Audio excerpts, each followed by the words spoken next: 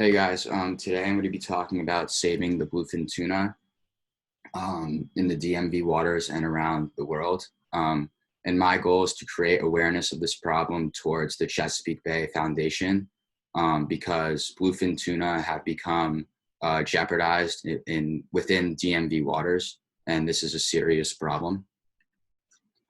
So overfishing has always been an issue in the DMV waters and all throughout the Western Atlantic.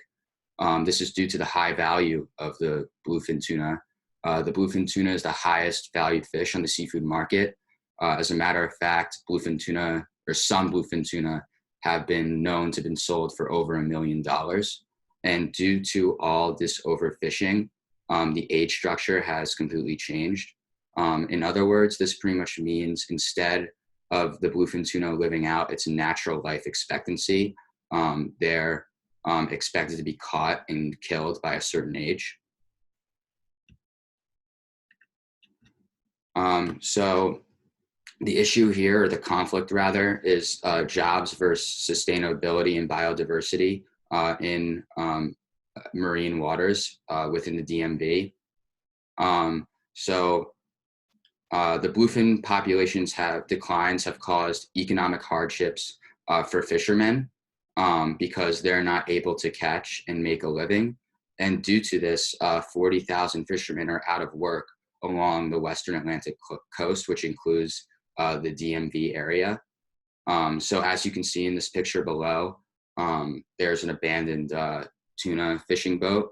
I think this picture was taken in Virginia.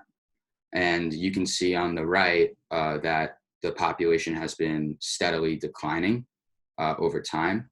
But let's get into who is responsible for this decline of bluefin. So we need to look at the organizational goals versus the reality of the situation.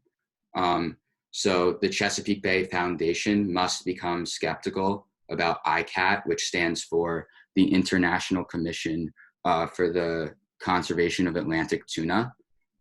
So ICAT's catch quotas are significantly higher to what is considered sustainable, therefore fishing mortality must be reduced because if we keep meeting or staying within the quotas that's set now, then the bluefin tuna will probably end up going extinct. So we must look at who is responsible within ICAT, and the commission's managers are mainly responsible for setting these regulations within the DMV and along the Western Atlantic coast. And what I found out during my research was that these managers often have connections to that of the seafood industry. So they face pressure from restaurants, wholesalers, seafood markets, and everything's connected, and that's why the catch quota is so high.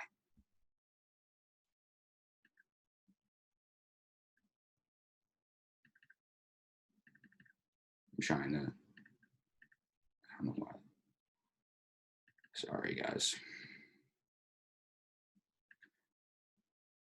Okay. What we could do is we could put into place import restrictions and chartering regulations and ban IUU fishing. So we need to ban imports coming from Sierra Leone to the DMV coastlines. The imports of bluefin tuna we need to ban rather, because why, if they're indigenous here, why are we taking bluefin from other places? So that just ends up killing even more fish. So therefore, that needs to be banned. And IUU fishing must be banned along the DMV coast. As you can see in this picture, this is an example of IUU fishing. This means they use cages or they drag nets along the bottom, which goes against sustainability, and they try and catch the most amount of bluefin and even other species as possible so they can sell them.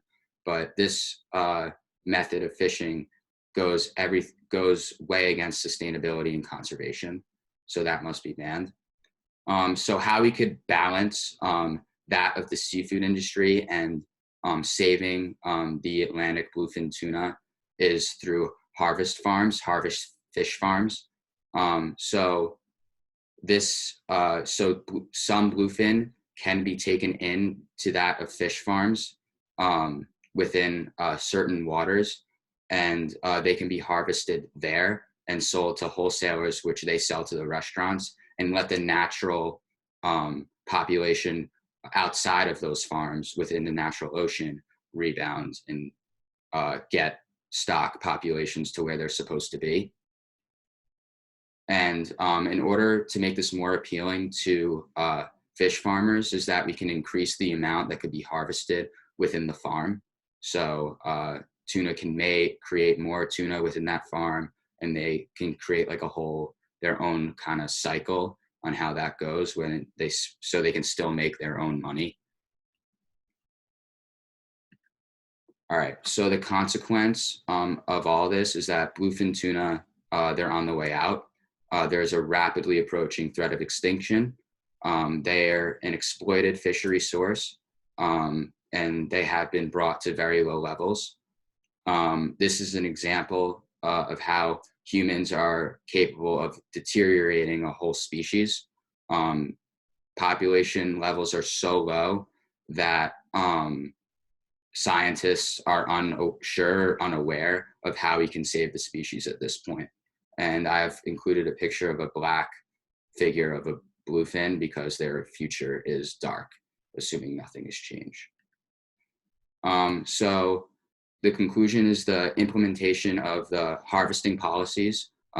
They should be enforced along the DMV coastline.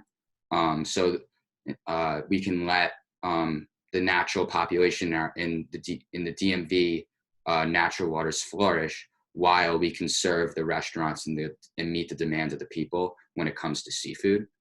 And if bluefin go extinct, the sushi industry would absolutely collapse. And I know that is prevalent throughout the DMV area, sushi. I love sushi. I don't know about you guys, but it's very prevalent within the DMV area. And those people would go out of jobs because bluefin tuna is the most popular dish that is served at Japanese restaurants. And these are my sources. I would like to thank you guys for listening to my presentation, and I hope you guys are doing well. Thank you.